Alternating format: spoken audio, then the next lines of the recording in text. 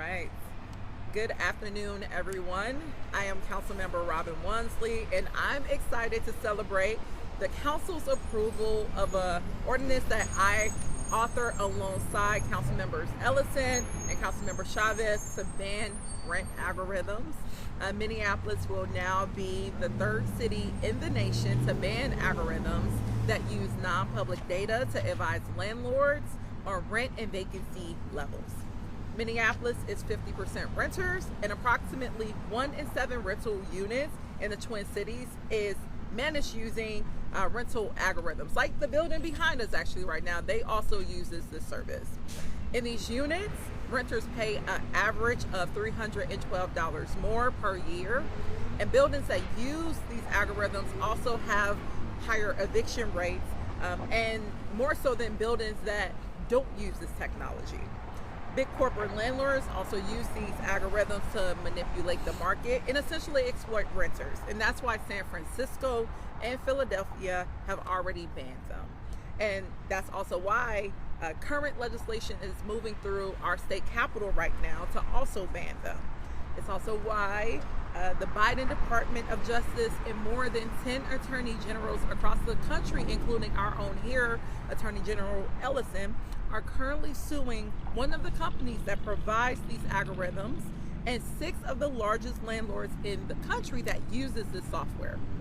Of the 6 landlords that are being currently sued under the lawsuit by the Department of Justice, 5 operate right here in Minneapolis. And one of these landlords, Greystar, operates several buildings in the university area as well as all across the city. And student renters that I represent are particularly vulnerable to the exploitation due to many of them being first-time renters and also being constrained by the need to live close to campus. And many of these renters are thus forced to work multiple jobs or even take out additional student loans in order to just cover their rent. And rent costs being unaffordable is one of the top complaints that I hear from my residents, and it impacts the choices that our students make about whether or not to stay in Minneapolis after they have graduated. So banning algorithms that landlords use to jack up rent is one clear way that we can prevent some of our most egregious obstructive practices that landlords like Greystar use that essentially creates housing instability for so many of our residents. Rent algorithm software has no place in a city that champions to have an equitable and affordable housing market, especially for our renters. And with this ban now approved, I look forward to continuing the work with renters, with my colleagues, community leaders, and city staff, as well as students who we'll hear from in a few minutes on how we can take additional actions to ensure that every renter in Minneapolis has an affordable, stable place to call home. So with that, I will call up our undergraduate student government rep, Sia, to share some words.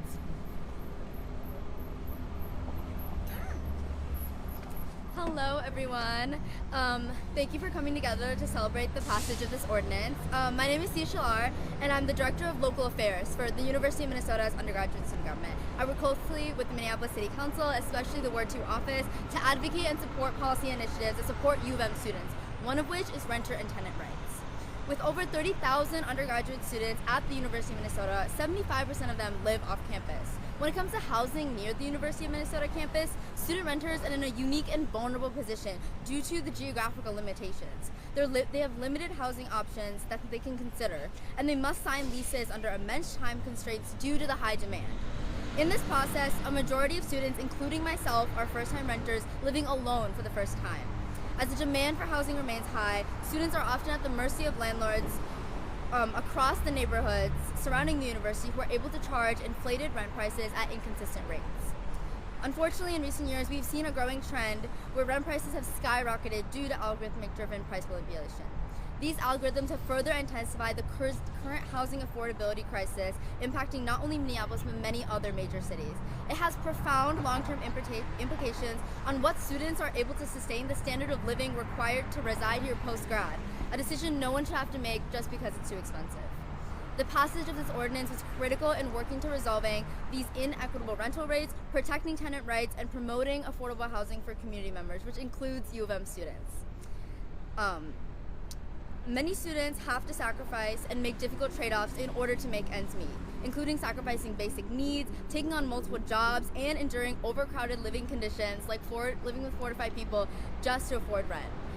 In 2019, a survey by the U revealed that 43% of students expressed concerns over housing affordability, a number that has only grown with increasing costs. The student government has staunchly supported this ordinance since its inception. In recent years, we have heard from our student body about their concerns regarding housing. According to our own survey that garnered over 2,000 responses, 1.5 thousand students either saw somewhat or strongly agree that the university could do more to raise awareness about support services for housing insecurity. In collaboration with the Minneapolis City Council, our student government wrote and passed a letter of support urging for this policy in light of increasing predatory practices by corporate landlords. We've also done Know Your Rights initiatives that helped teach student renters how to advocate for their rights. And this ordinance includes a private right of action that allows students and other tenants to take legal action if their landlords are using these AI systems. While some advocating for student renters is an initiative that USG has continuously fought for, despite the impression that we are temporary residents within the city of Minneapolis. While the same students might not live in this area long term, it is undeniable that there will always be new students moving into the area from across the country to pursue an education.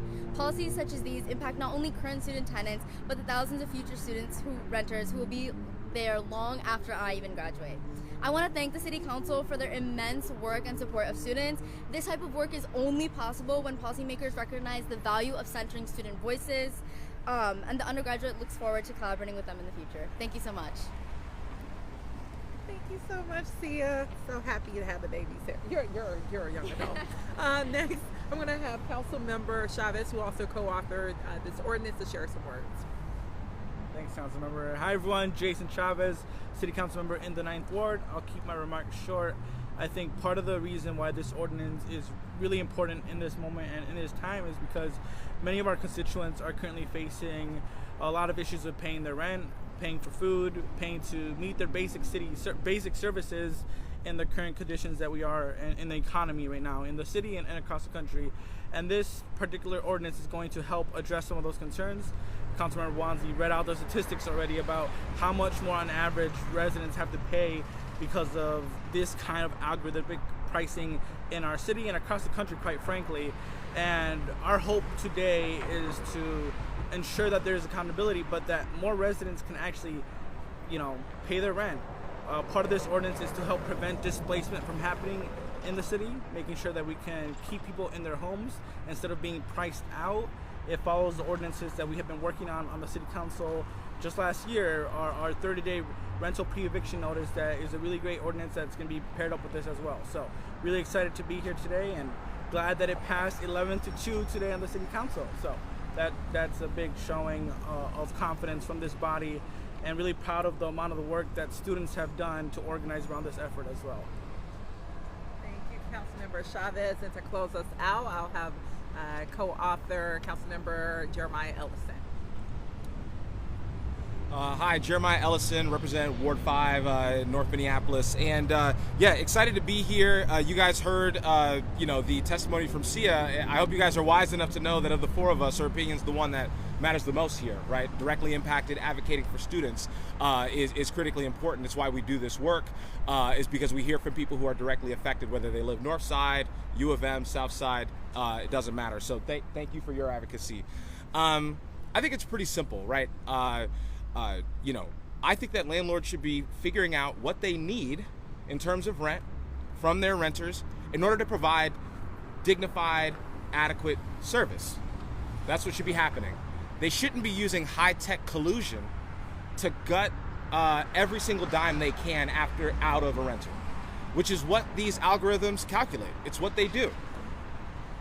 We had somebody who gave testimony a couple of weeks ago, I think put it really well. They said, look, if all these CEOs got in a room together and made these choices, it would be illegal, clear-cut illegal. So why is it permitted if they use technology to do the collusion for them? Well, it shouldn't be permitted. The DOJ, at least formally, didn't think it should be permitted, and 10 attorney generals around the country don't think it should be permitted. And so, we're here to make sure that consumers in our city are protected. We're here to make sure that that renters in our city aren't being gouged when they go to rent an apartment. Again, you heard the statistics that Robin rattled off, but I do want to just add just a few things. One is that we're seeing Providence, Rhode Island, Portland, Oregon, Berkeley, California, all hearing a testimony this week to pass ordinances just like this one. And so you're seeing that this kind of policy is expanding across the country. It's not something that Minneapolis did first. It's not something that we're doing alone. And it is going to be something that I believe, at least with time, we're going to see start happening statewide across the country. Because people deserve to participate in a fair marketplace, not a rigged one. So thank you all, and I'm sure we're happy to stand for any questions. So there was discussion in council today about how this would get enforced. How would someone, if you're a renter, how would you know that this software was in use to make, even like form the basis of a complaint, if that's part of? I mean, I know there's other steps involved in the enforcement of self-attestation, but like if you're a renter and you want to complain about this, like how would you know? Yeah. So we've heard from renters that they started with the basis of an increase in their rent, and they followed up with their property owner, and also through the complaint process, they followed up with the city. They said, my landlord increased my rent. How or what mechanisms do I have to take some recourse? And again, part of this ordinance is self-attestation. So the city then has the ability, through passage of this ordinance, to look at a property owner's license to say, did this property owner verify that they are not using it? And they can do their own investigation and figure out how to hold that property owner accountable. So that's why we have the complaint process. Student or renters, they can use increases. There's a multitude of ways in which they can say, I would like to have this be investigated. So, like, is there a way to know? Like, if you're, you get a rent increase maybe because, you get a rent increase. Mm-hmm. So like, or is, I'm just like as an end user trying to tell someone how to like look out for this type of thing happening. Mm-hmm. Is there anything like red flags that tend to go up or anything like that? Yeah, I think again, this is just giving our regulatory department more tools when they receive a complaint to say, we can do an investigation and see using the renewal licenses. There's other ways in which they can explore that to verify if this technology is being used. But it starts with the complaint process. And I think it does start with, if you get an increase, you can inquire about what led to that increase.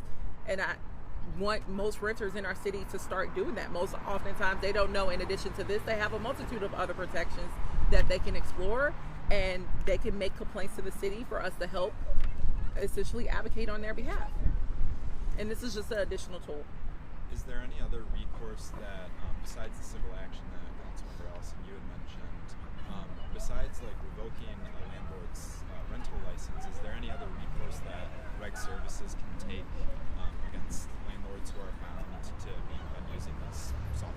Yeah, so in alignment with other renter protections or tenant protections that council has passed, Regulatory Service Department has a menu of options. So they could pursue a citation, or they could recommend moving a property owner to a different rental tier. All things that they can do prior to deciding on a revocation, or maybe it's their discretion to go there. But either way, it gives them a menu of options that they currently have to figure out how to enact that recourse. What San Francisco, Philadelphia, what do you hear from them? How long has it been in place? What kind of results are they seeing? Yeah, so I think you've also touched on this, but in terms of their relatively new ordinances, because again, like this technology and its detection of it has started relatively recently, especially with the DOJ lawsuits, bringing it to the forefront. So cities are now, like those two that you named, Philadelphia and San Francisco, they proactively pass these policies because they also don't want to see the expansion or expanded use of these technologies in their respective cities that's already experiencing their own housing crisis. So they took the proactive approach to say, let's ban it. We're realizing a national trend is happening, and do what we can to ensure an equitable and fair housing market for our renters. Can I chime in on an earlier question? Yeah. I just want to chime in on an earlier question. Is is your question essentially how did past renters discover this problem, that they were victims of this problem? Yeah, and I mean, even now that this exists, how would you know enough to make a complaint? Yeah. You know, like people's rent goes up all the time. So. Yeah, right. I mean, I think it's a good example. I'll use a different topic just to provide an example, right? So over north, you have elevated asthma rates, right? That you don't have in other parts of the city.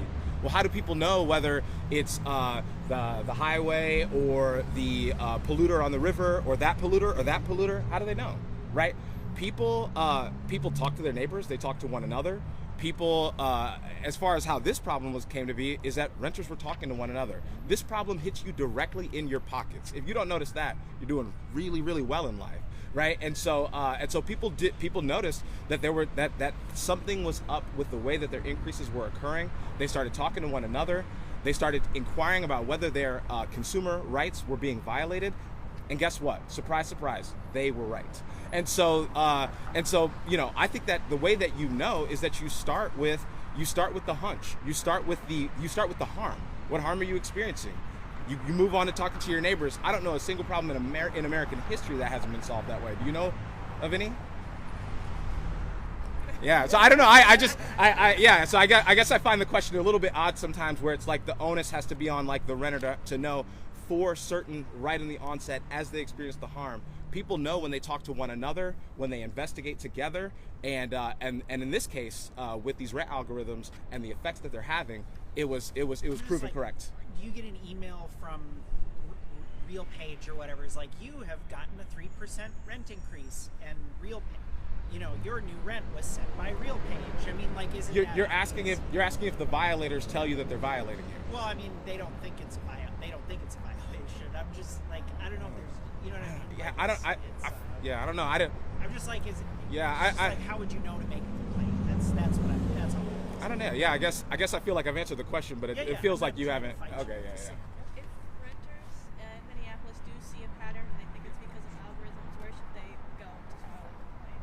Absolutely. We love advocating for our residents to use 311. 311 is a great resource to get your complaint documented, and then follow up even with your council member, because then we can use that 311 complaint to go follow up with regulatory service departments and say, hey, we just got this inquiry. We're just making sure you know about it. But our 311 number, you can file a complaint either via phone or online. It's always a great place to register your complaint. And does this apply to students as well? If you're a student and you're a renter, it applies to every resident across the city. Yep. Okay, quick question for the student. Hi. The first one's simple. How do you spell your name? Oh, yeah. So my first name is Sia, S-I-Y-A, and my last name is Shalar, S-H-E-L-A-R. Student at you? Yes. What level? I'm a sophomore. How many years have you rented over there? This is my first year renting. First year? Yeah. And I'm a first-gen student. My parents immigrated here from India, so when it comes to a lot of the renters' rights things we've been doing, it's very much like a first-hand impact, and like the information that we're seeing versus not seeing. I'm doing that by myself. My parents were not renters, they're homeowners, and so it is a very, very new experience. And then so I think, sorry, you didn't ask this, but I'm just gonna talk and ramble. But I think when you ask, like, how are people gonna file stuff, let's be honest, pursuing litigation costs a lot of money, and I don't think you should be able to afford that litigation to have those rights on set and be protected from it on set. And that's what I really appreciate about the city and these council members being proactive and doing that ahead of time, because now I know that it is illegal, instead of having to like hunt and look and have to prove it myself. Because let's be real, like, especially students, our voices are not heard. It's often like you are temporary residents of the city of Minneapolis, but like even if I graduate, these policies will apply and stay here, and that's really, really powerful. So yeah. Do you have an idea of what Mayor Fry is going to, if he's going to approve or veto this ordinance? No. The hope is he recognizes this as an issue and will sign the ordinance. Any other questions?